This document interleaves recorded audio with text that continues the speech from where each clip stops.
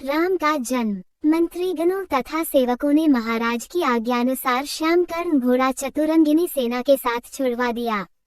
महाराज दशरथ ने देश देशांतर के मनस्वी, तपस्वी, विद्वान ऋषि मुनियों तथा वेदविज्ञ प्रकांड पंडितों को यज्ञ संपन्न कराने के लिए बुलावा भेज दिया।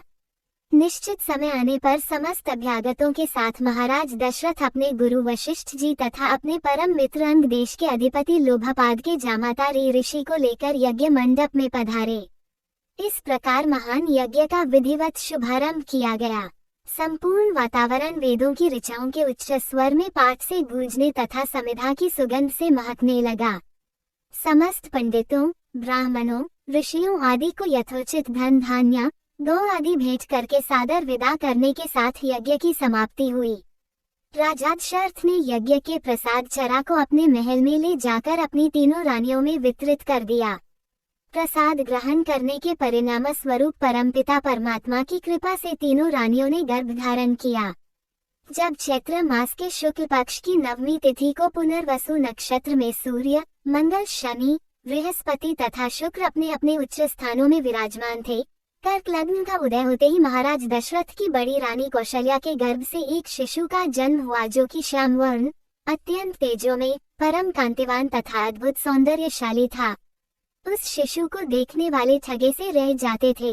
इसके पश्चात शुभ नक्षत्रों और शुभ घड़ी में महारानी कैकेयी के एक तथा तीसरी रानी सुमित्रा के 2 तेजस्वी पुत्रों का जन्म हुआ।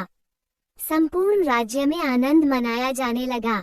महाराज के 4 पुत्रों के जन्म के उल्लास में गंधर्व गान करने लगे और अप्सराएं नृत्य करने लगी। देवता अपने विमानों में बैठकर पुष्प वर्षा करने लगे। महाराज ने उन्मुक्त हस्त से राजद्वार पर आए हुए भाट, चारण तथा आशीर्वाद देने वाले ब्राह्मणों और याचकों को दान दक्षिणा दी। पुरस्कार में प्रजाजनों को धन धान्य तथा दरबारियों को रत्न, आभूषण तथा उपाधियां प्रदान किया गया। चारों पुत्रों का नामकरण संस्कार महर्षि वशिष्ठ के द्वारा कराया गया तथा उनके नाम रामचंद्र, भरत, लक्ष्मण और शत्रुघ्न रखे गए। आयु बढ़ने के साथ ही साथ रामचंद्र गुणों में भी अपने भाइयों से आगे बढ़ने तथा प्रजा में अत्यंत लोकप्रिय होने लगे। उनमें अत्यंत विलक्षण प्रतिभा थी जिसके परिणाम स्वरूप अल्पकाल में ही वे समस्त विषयों में पारंगत हो गए।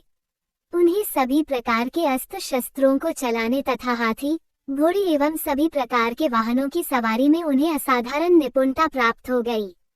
वे निरंतर माता पिता और गुरुजनों की सेवा में लगे रहते थे।